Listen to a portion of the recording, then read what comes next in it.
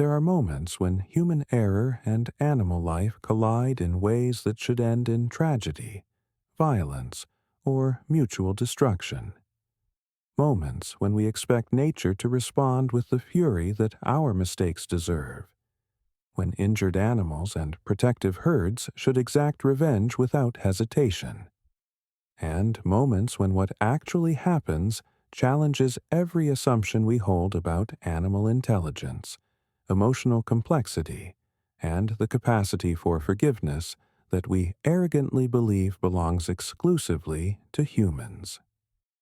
In November 2023, on a rural highway cutting through Kruger National Park in South Africa, David Matthews, a 34-year-old supply truck driver making his regular route between Johannesburg and Maputo, was driving cautiously through an area known for wildlife crossings when, at 6:47 a.m. in conditions of poor visibility from morning fog, a baby elephant, later estimated at 8 months old, approximately 200 pounds, still nursing and completely dependent on her mother, suddenly bolted from the roadside vegetation directly into the path of David's 18-ton truck, traveling at 45 kilometers per hour, giving David less than 2 seconds to react before the inevitable collision that would knock the calf unconscious, fracture her left rear leg in 3 places, and bring David's truck to a screaming halt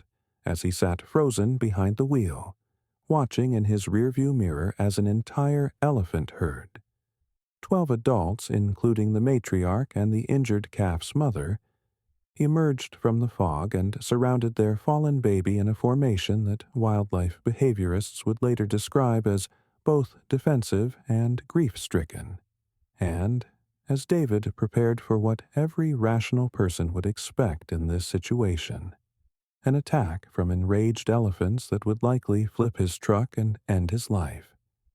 What actually happened in the next 40 minutes would shock wildlife experts worldwide, bring David to his knees sobbing in the middle of the highway, and ultimately transform him from a truck driver into one of South Africa's most passionate elephant conservation advocates, proving that sometimes the most profound lessons about forgiveness, compassion, and the value of life come not from humans teaching animals, but from animals showing humans what it truly means to prioritize healing over revenge, understanding over rage, and the welfare of the injured over the satisfaction of justice. David Matthews had been driving supply routes through Kruger National Park for 6 years. He knew the risks: elephants, lions, buffalo crossing unexpectedly. He'd been trained in wildlife safety protocols, drove cautiously through known animal corridors, and had never had an incident. November 14th, 2023, started as a routine morning run. David left Johannesburg at 4:30 a.m., scheduled to reach Maputo by noon. The route through Kruger's southern section was normally straightforward, but that morning, dense fog reduced visibility to barely 30 meters. I slowed down to 45 kilometers per hour, well below the posted limit, David later told investigators. The fog was thick. I had my lights on, my hazards flashing. I was being as careful as I could be. At 6:47 a.m., on a straight stretch of highway surrounded by dense bush, David saw movement in his peripheral vision, something gray emerging from the vegetation on his right. It happened so fast, David recalled, voice breaking. I saw this shape, this little elephant, maybe waist-high, just bolt directly into the road. She wasn't walking, she was running, like she'd been startled by something and panicked. I slammed on the brakes immediately, but at that distance with that much weight behind me, there was nothing I could do. The collision was unavoidable. The baby elephant ran directly into the path of the truck's front right bumper. The impact knocked her off her feet and sent her tumbling onto the roadside. David's truck, brakes fully engaged, skidded for another 40 meters before stopping. For 3 seconds, David sat frozen, gripping the steering wheel, his mind unable to process what had just happened. Then he heard it. A sound he would later describe as the most terrifying thing he'd ever experienced. The trumpeting alarm calls of multiple elephants echoing through the fog. David looked in his rearview mirror and saw shapes emerging from the mist. Massive gray forms, moving toward the fallen calf. An entire elephant herd, appearing from the fog like ghosts, surrounding their injured baby. 12 adult elephants. One injured calf lying motionless on the roadside. And David, alone in his truck, 40 meters away, realizing with horror that he had just hit a baby elephant in front of her entire family. "I thought I was going to die," David said. "Everyone knows what elephants do to threats against their young. They destroy them. And I'd just hit one of their babies with an 18-ton truck." I sat there, shaking, waiting for them to charge, to flip my truck, to kill me. And I thought, I deserve it. I just killed a baby. Through the fog, David watched the herd converge on the fallen calf. The mother, identifiable by her frantic movements and vocalizations, reached her baby first, using her trunk to gently touch the calf's face, body, legs, making soft, rumbling sounds that David could feel vibrating through the truck's cabin even from 40 meters away. The matriarch, the largest elephant, approximately 50 years old based on her size and presence, positioned herself between the calf and David's truck, facing him directly. Her ears were spread wide in a threat display, her trunk raised, testing the air. "I've never felt terror like that," David said. This massive elephant, probably 4,000 kilograms, staring directly at me. I knew elephant behavior. When they spread their ears like that, when the matriarch positions herself protectively, it means they're preparing to defend. I was convinced the next thing I'd see was her charging. But the charge didn't come. Instead, the matriarch stood perfectly still, assessing. The other elephants formed a protective circle around the calf and her mother, their bodies creating a living barrier, but none of them advanced toward David's truck. The baby elephant moved. David saw her legs twitch, her trunk curl. She was alive, injured, but conscious. The relief I felt lasted exactly 2 seconds, David recalled. Then I realized she's hurt. She's in pain. And I did this. I need to help, but how? If I get out of this truck, they'll kill me. But if I don't get help, she might die from her injuries. I was trapped, morally, physically, with no idea what to do. David reached for his satellite phone, hands shaking so badly he dropped it twice before managing to dial Kruger Park Emergency Services. "I need wildlife rescue immediately," he said, voice breaking. I hit a baby elephant. She's injured. The herd is surrounding her. I'm trapped in my truck. I don't know what to do. Please send help." The dispatcher, a woman named Sarah Kumalo, who'd worked Kruger emergency lines for 15 years, remained calm. Location? Highway R570, kilometer marker 43, southern section. Is the elephant moving? Yes. She's conscious but clearly hurt. The herd is protecting her. There are at least 12 adults. The matriarch is between me and them, threat posture, but she hasn't charged. I think they're waiting to see what I do. "David, listen carefully," Sarah said firmly. "Do not exit your vehicle. Elephants are highly intelligent. If they haven't charged yet, they're assessing the situation. Stay in your truck. Keep the engine running. Don't make aggressive sounds. Wildlife vet and rangers are en route. ETA 20 minutes. Can you safely send me video of the situation? With trembling hands, David held his phone up and filmed through the windshield. The injured calf lying on her side, the mother standing over her making distressed vocalizations, the protective circle of adults, and the matriarch, still facing David's truck, still in threat posture, but still not attacking. "Jesus," Sarah whispered, watching the video feed. "That baby's left rear leg is fractured. See how it's positioned? She can't put weight on it. David, this is critical. The herd is in extreme distress but showing restraint. That's unusual behavior. Most herds would have already attacked. Dr. Hayes is en route. She's our lead elephant specialist. Stay calm. Don't move."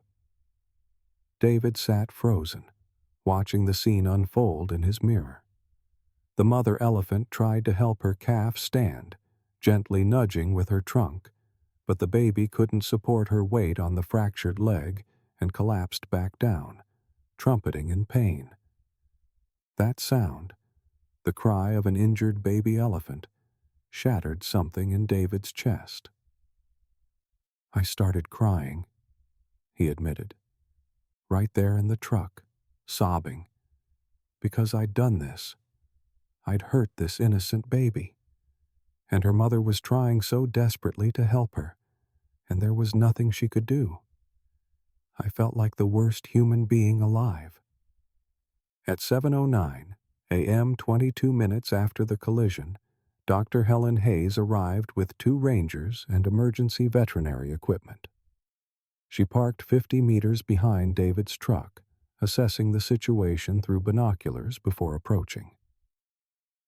"The herd configuration told me everything," Dr. Hayes later explained. "Defensive circle around the calf, matriarch in sentinel position, but no aggressive advancement. They were protecting, not attacking. That suggested they understood this wasn't a predator situation. It was an accident. Elephants are incredibly intelligent. They can distinguish between malicious intent and unintentional harm." Dr. Hayes radioed David. "Mr. Matthews, I'm Dr. Hayes, Kruger Elephant Specialist. I need you to listen carefully.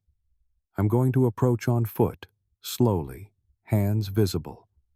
The herd needs to see I'm here to help, not harm. Do not exit your vehicle. The matriarch has accepted your truck as a non-threat so far. Keep it that way." David watched through his mirror as Dr. Hayes walked slowly toward the herd, speaking in soft, steady tones, not to the elephants, but using her voice as a calming signal, demonstrating non-aggression. The matriarch turned to face her. Ears spread. Trunk raised. A warning. Dr. Hayes stopped immediately, 20 meters from the herd. She knelt down, a submissive posture, and waited. For 90 seconds, nothing moved. The matriarch assessed Dr. Hayes. The herd remained protectively positioned. The injured calf whimpered softly. Then the matriarch did something that shocked everyone watching. She took 3 steps sideways, creating a narrow gap in the defensive formation. Not an invitation, but a test. She was allowing Dr. Hayes closer, but watching her every movement. "I've worked with elephants for 20 years, Dr. Hayes said, voice filled with emotion. "I've never seen a wild herd allow human approach to an injured calf. Never. But this matriarch, she was making a choice. She understood her baby needed help beyond what the herd could provide. She was allowing me to try." Dr. Hayes moved forward slowly, step by careful step, hands visible, speaking softly in Afrikaans and English. I'm here to help. I won't hurt her. I promise. Let me help your baby." She reached the calf. The mother elephant stood directly beside her, trunk hovering inches from Dr. Hayes's head, a warning and a plea simultaneously. "Help my baby, but harm her and I'll kill you." Dr. Hayes knelt beside the calf, conducting a rapid assessment. Left rear leg fractured in multiple places, contusions across her right flank, possible internal injuries. She needs immediate sedation, X-rays, and orthopedic surgery. I can't treat her here. We need to transport her to the rehabilitation center. The mother elephant made a low, mournful rumble. The calf cried out when Dr. Hayes gently examined the fractured leg. "I need to sedate her for safe transport," Dr. Hayes radioed to rangers, "but I don't know if the herd will allow it. Prepare the transport truck, but approach slowly. This is going to require trust they have no reason to give us." Over the next hour, something unprecedented unfolded on that foggy highway. A negotiation between species, facilitated by desperation, intelligence, and a shared priority, saving the injured calf.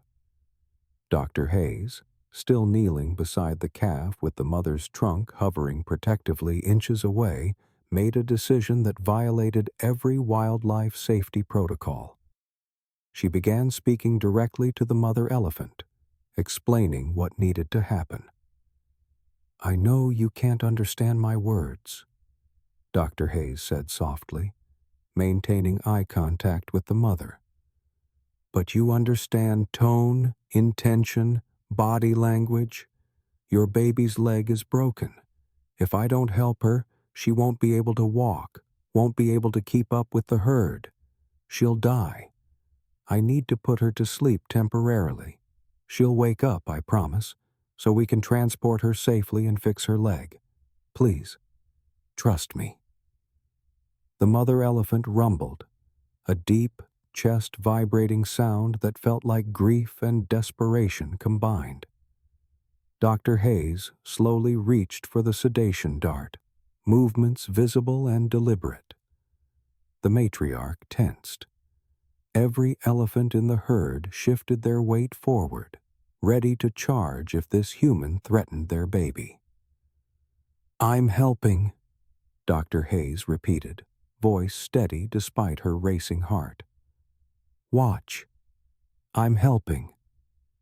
She administered the sedation injection into the calf's shoulder muscle, a quick, practiced movement. The calf flinched, cried out. The mother trumpeted in distress, trunk reaching toward Dr. Hayes aggressively. Dr. Hayes didn't move, didn't defend herself, simply stayed kneeling beside the calf, hands visible, posture submissive. Within 90 seconds, the sedative took effect. The calf's breathing slowed, her body relaxed, eyes closing peacefully. The mother panicked. She nudged her baby frantically with her trunk, trying to wake her, making distressed vocalizations that brought tears to every human present. "She thinks her baby is dying," Ranger Marcus Nkosi whispered from behind the transport vehicle. "She doesn't understand sedation. She thinks Dr. Hayes killed her." Dr. Hayes remained beside the unconscious calf, one hand gently resting on the baby's side, speaking continuously. "She's sleeping, just sleeping.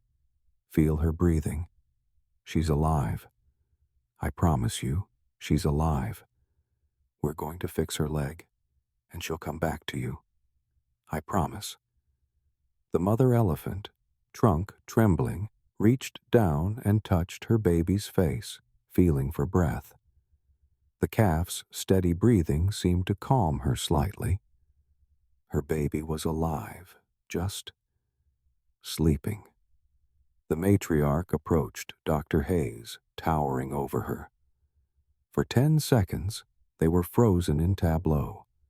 a 4,000-kilogram elephant and a 65-kilogram human, inches apart, one grieving and terrified, one terrified but committed. Then the matriarch did something that made Dr. Hayes's breath catch. She gently touched Dr. Hayes's shoulder with the tip of her trunk, not aggressively, but investigatively, almost, trustingly. "She's asking me to keep my promise," Dr. Hayes said, tears streaming. "She's trusting me with her baby's life." Loading the sedated calf onto the transport vehicle required the herd's continued cooperation, something no wildlife team had ever experienced with wild elephants. Rangers slowly backed the specialized wildlife transport truck to within 10 meters of the calf, its hydraulic lift lowered to ground level. The herd watched every movement, tense but not attacking. The matriarch remained beside Dr. Hayes, her presence both protection for the calf and warning to the humans. "We're allowing this. Don't make us regret it." 6 rangers carefully lifted the 200-pound calf onto a padded stretcher, then onto the vehicle's lift. The mother followed, step for step, trunk never leaving her baby's side. When the lift began raising the calf into the truck, the mother trumpeted in alarm, trying to follow, her front feet lifting off the ground as she reached upward. "She thinks we're taking her baby away forever," Marcus said, voice breaking. Dr. Hayes approached the mother, hands raised peacefully. "She's coming back. I promise you. 3 weeks, maybe 4. Her leg will heal, and she'll come back to you. We're not stealing her. We're helping her." The mother made a sound that could only be described as anguished, a mother watching her injured baby disappear into a metal container, helpless to stop it, desperate to follow. Dr. Hayes made a decision that would become controversial among wildlife officials, but celebrated among animal behaviorists. She allowed the mother to approach the open truck door, to see her baby safely positioned inside, sedated but breathing steadily. The mother reached her trunk into the truck, touched her calf's face one final time, rumbled softly, a sound of love and grief, then stepped back, accepting what had to happen. "That moment changed everything I understood about animal emotion," Dr. Hayes later said. "That mother knew. She understood we were trying to help. She let her baby go because she believed we'd bring her back. That's not instinct. That's faith. A wild elephant had faith in humans, and we had better deserve it." As the transport truck prepared to leave, Dr. Hayes radioed David, still sitting frozen in his truck. "Mr. Matthews, you need to exit your vehicle and come with us. The calf will need surgery, recovery care, months of rehabilitation. You're the one who hit her. You need to be the one who helps save her. Get out of that truck, face what you've done, and help make it right." David, who'd been sitting paralyzed with guilt for over an hour, finally opened his door. He stepped onto the highway, legs shaking, and walked toward the herd, toward the mother elephant who stood watching her baby being taken away, toward the matriarch who'd shown restraint when revenge would have been justified. He stopped 5 meters away, fell to his knees on the asphalt, and sobbed. "I'm so sorry," he said, voice raw. "I didn't see her. I tried to stop. I'm so sorry. I'll do everything I can to help her. I promise you. I'll make this right." The mother elephant looked at him, a long, measured gaze, then turned and walked slowly back to the herd. They stood together on the roadside, watching as the transport truck carrying their baby drove away into the fog, accompanied by David Matthews, whose life had just been irrevocably changed by an accident he couldn't prevent, and a forgiveness he didn't deserve, but received anyway. The baby elephant, named Thembi, Zulu for hope, by the rehabilitation staff, underwent emergency surgery at Kruger Wildlife Rehabilitation Center. The fractures in her left rear leg required 3 pins, extensive reconstruction, and a recovery timeline of at least 8 weeks before she could walk without pain. David Matthews was there for all of it. He took unpaid leave from his trucking job, moved into a budget motel near the center, and spent every day at Thembi's side during her recovery. "I couldn't leave," David explained. "I'd hurt this innocent baby. The least I could do was stay until she was okay. Besides, I'd made a promise to her mother. I promised I'd bring her baby back. I had to keep that promise." For 8 weeks, David assisted rehabilitation staff with Thembi's care, feeding schedules, physical therapy exercises to strengthen her injured leg, wound cleaning, emotional support. Thembi, separated from her herd and mother for the first time in her life, was initially terrified, traumatized, and depressed, refusing to eat, crying out for her mother constantly. David saved her life during those first weeks, rehabilitation manager Dr. Sarah Molife said.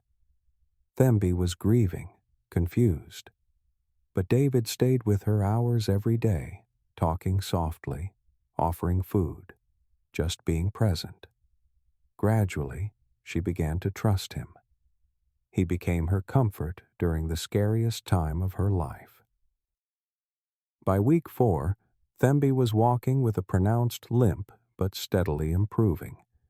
By week 8, she was eating well, playing, showing personality, a resilient baby elephant healing both physically and emotionally.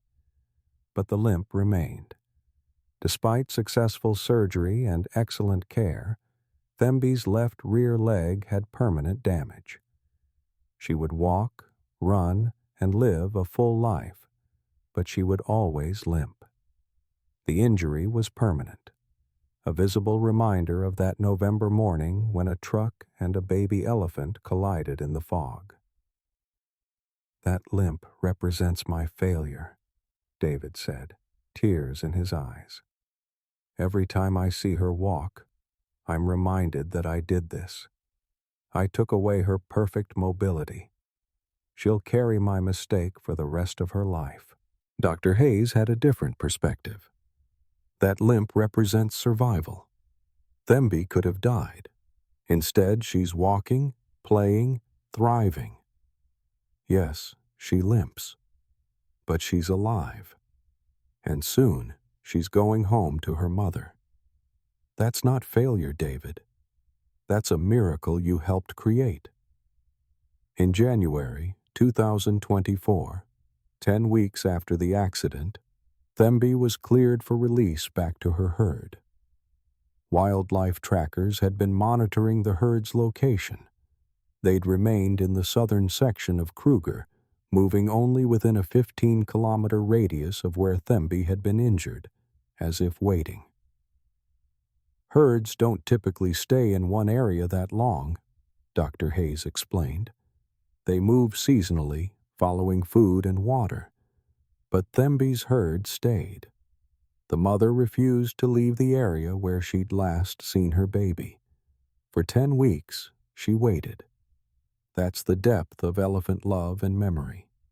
She never stopped hoping her baby would come back."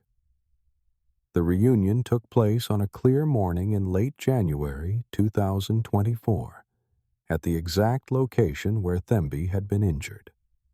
Wildlife teams transported Thembi back to the site, with David accompanying her in the truck, a quiet journey where he sat beside the calf who'd changed his life, stroking her trunk, whispering promises he hoped he could keep. The herd was there, waiting, as if they'd known this day would come. The matriarch stood sentinel, the mother pacing restlessly, trunk raised, testing the wind. When the transport door opened and Thembi stepped out, walking with her permanent limp but strong, healthy, alert, the mother's reaction was immediate and overwhelming. She ran toward her baby, trumpeting joyfully, and Thembi answered with her own cry of recognition, running as fast as her injured leg would allow toward the mother she'd been separated from for 10 weeks. They collided in an embrace of intertwined trunks, touching faces, rumbling vocalizations that shook the ground. The entire herd surrounded them, celebrating the return of their lost baby. Thembi nursed immediately, her mother making soft comfort sounds, checking every inch of her baby's body, pausing at the scarred leg, understanding that her daughter had been hurt, but was home. David watched from 30 meters away, sobbing openly. Dr. Hayes stood beside him. "You kept your promise," she said gently. "You brought her home."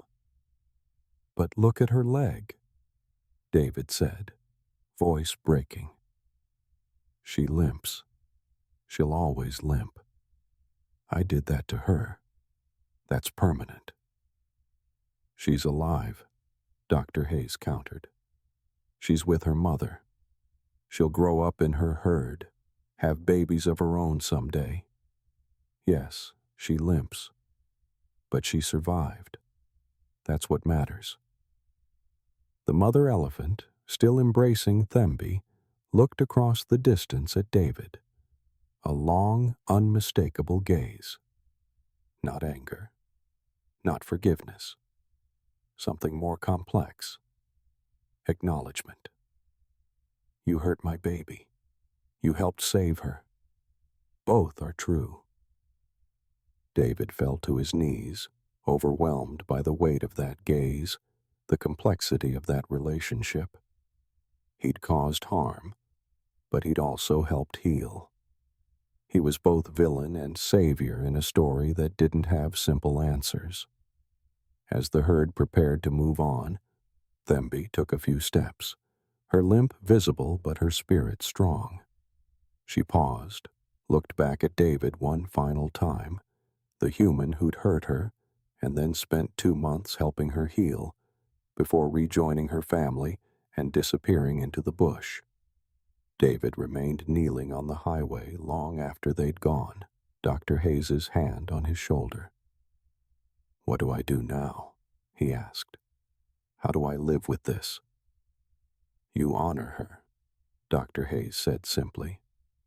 "You make sure what happened to Thembi means something. You advocate for elephants, for wildlife corridors, for reducing human-wildlife conflict. You turn guilt into purpose. That's how you live with it." David Matthews never returned to truck driving.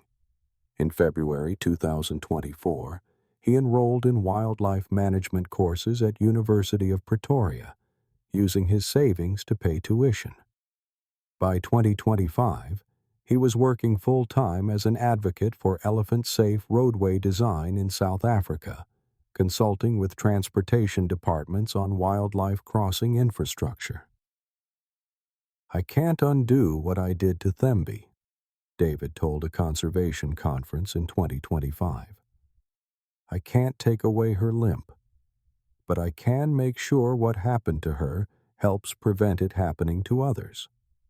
Every wildlife overpass built, every warning system installed, every driver educated about elephant crossings, that's my apology to Thembi. That's how I honor the forgiveness her herd showed me when they should have killed me."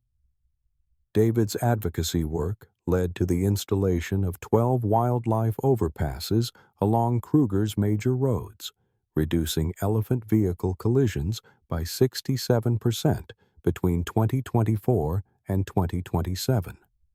He became a leading voice in human-wildlife conflict resolution, speaking at conferences worldwide about that November morning when a baby elephant ran into his truck and an entire herd showed him what forgiveness looks like. People ask if the elephants forgave me, David said during a 2026 TED Talk that reached 14 million viewers. I don't know if forgiveness is the right word. They didn't attack me when they had every right to. They allowed humans to help their injured baby. They trusted us to bring her back. That's something beyond forgiveness. That's faith. Faith that humans, despite our capacity for harm, also have the capacity to heal. They gave me a gift I didn't deserve, the chance to make things right. And I've spent every day since trying to be worthy of that gift. Wildlife teams continued monitoring Thembi's herd through camera traps and aerial surveys. In 2026, 3 years after the accident, cameras captured footage of Thembi, now a healthy 3-year-old juvenile, still limping but thriving, playing with younger calves, fully integrated into herd life. The limp is permanent, Dr. Hayes confirmed in her 2026 research update. Thembi will carry that injury for her entire life, potentially 60 to 70 years for an elephant. But she's healthy, socially bonded, exhibiting normal behavior. Her injury hasn't prevented her from living a full elephant life. That's the bittersweet reality. She survived, but she bears permanent scars. Both things are true. The footage of Thembi playing, despite her limp, was sent to David.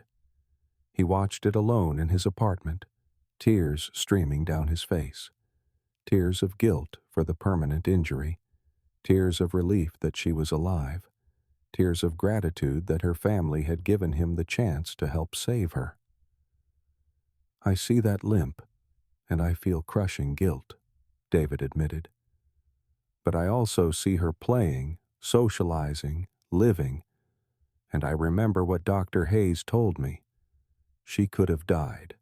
Instead, she's living. That's the complexity I carry every day, the harm I caused, the healing I participated in, and the reality that both will be true forever. I can't undo what happened. But I can honor Thembi by making sure her story, her survival, her herd's compassion, the second chance they gave me, creates positive change that protects elephants for generations to come. In 2027, South Africa's Department of Environmental Affairs awarded David the Conservation Leadership Award for his work reducing human-wildlife conflict. During his acceptance speech, David showed footage of Thembi, limping but alive, playing with her herd, and dedicated the award to the elephant who forgave me before I forgave myself, and the mother who trusted me with her baby's life when I'd given her no reason to. Thembi will limp forever because of me, David concluded. That's a truth I can't escape and shouldn't minimize.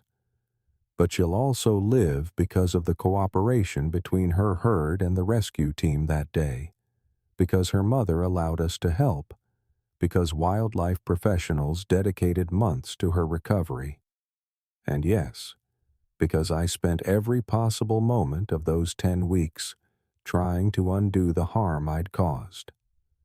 The guilt doesn't go away, but neither does the responsibility to make sure Thembi's story and her permanent limp mean something. Every elephant we save through better road design, every collision we prevent, every driver we educate, that's Thembi's legacy. She paid the price with her perfect mobility. The least I can do is make sure her sacrifice creates a safer world for every elephant who comes after her.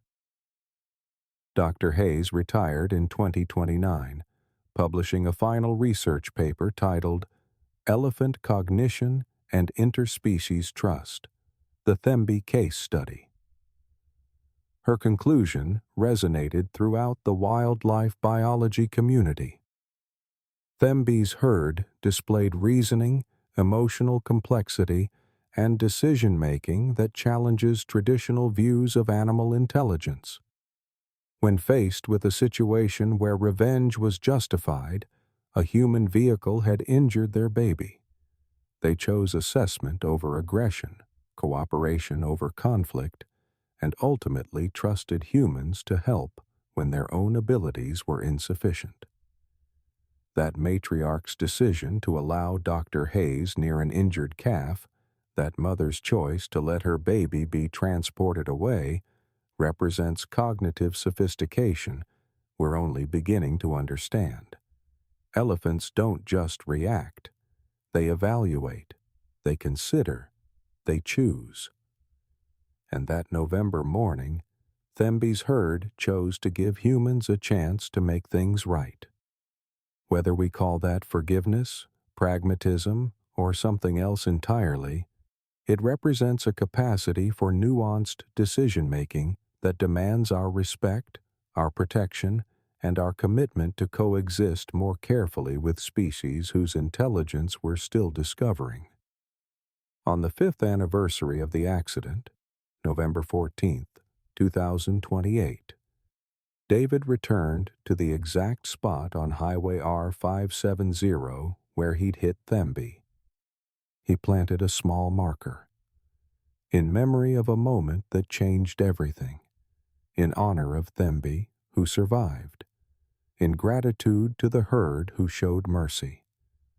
May we deserve the second chances we're given. He sat alone on that roadside for 3 hours, remembering the fog, the collision, the mother's anguished cries, the matriarch's measured gaze, and Thembi's limp as she walked back to her family, forever injured, forever alive, forever the embodiment of the complex truth that harm and healing can coexist, that guilt and growth aren't mutually exclusive, and that sometimes the deepest lessons come from the mistakes we can never fully undo but must spend our lives trying to redeem.